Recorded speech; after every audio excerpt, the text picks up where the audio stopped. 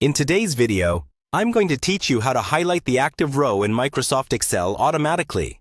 We're going to set things up so that whenever you click any cell, the entire row lights up for you. This makes large spreadsheets much easier to read, especially when you're tracking across many columns and don't want to lose your place. First, open the Excel workbook where you want this effect. It's best to start on the specific sheet where you want the active row highlighting to happen.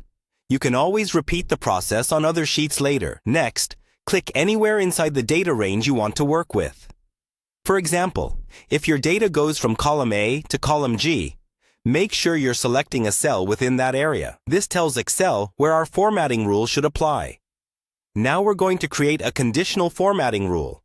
Go to the Home tab on the ribbon, then click on Conditional Formatting, and choose New Rule. In the window that opens, select the option that says something like, Use a formula to determine which cells to format. This is important because we want Excel to react to the row of whatever cell is currently active. In the formula box, type a formula that checks whether the row of each cell matches the row of the active cell. A common pattern is to compare the row number of the current cell to the row number of a reference cell, like the top cell of your data area.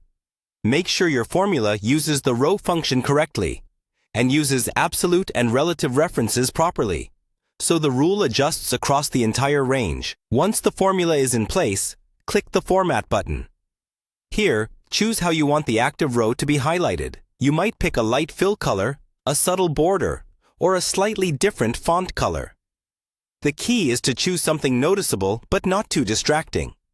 After you've chosen the format, confirm your choices so the rule is created. You should now see the conditional formatting rule listed, applying to your entire data range. If needed, adjust the Applies To range so it covers all the rows and columns you want.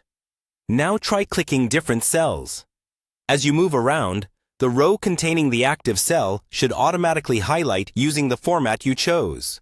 If it doesn't look right, go back into Conditional Formatting, edit the rule, and tweak the formula or the range until it behaves exactly the way you want.